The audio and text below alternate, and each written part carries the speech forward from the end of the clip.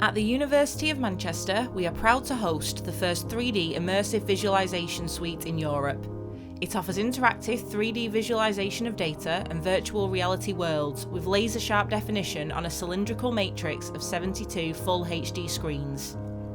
Since its inception in 2019, we have built a number of platforms allowing us to explore societal and commercial challenges and their solutions. One such platform we will present today is the Greater Manchester Digital Twin Model, a fully immersive virtual reality model of Greater Manchester, on which we can superimpose a variety of datasets depending on the purpose of our experiment. The foundation layer is automatically created from OpenStreetMap and includes 3D buildings and features in the environment such as rivers and motorways. Flying over Manchester, you can see the BBC studios on the banks of Salford Quays, while further back we have Manchester Town Hall and the cylindrical City Library. We also have rich information about local facilities such as shops, company offices and other buildings. On top of this basic layer, we can superimpose information about air quality, traffic, local crime incidents, house prices, deprivation data and similar items of researchers' interest.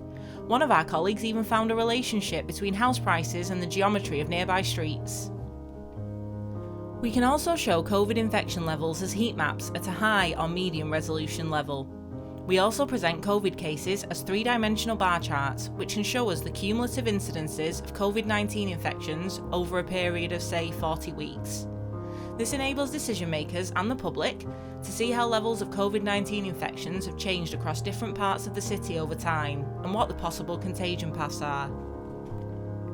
Having a number of diverse datasets such as multiple deprivation indices, air pollution, motorways, schools and hospitals mixed with COVID infection levels could, for instance, help city health chiefs gain a better understanding of why specific areas of the city might be more prone to higher levels of infections than others, and how to micromanage infection levels by micro-lockdown strategies.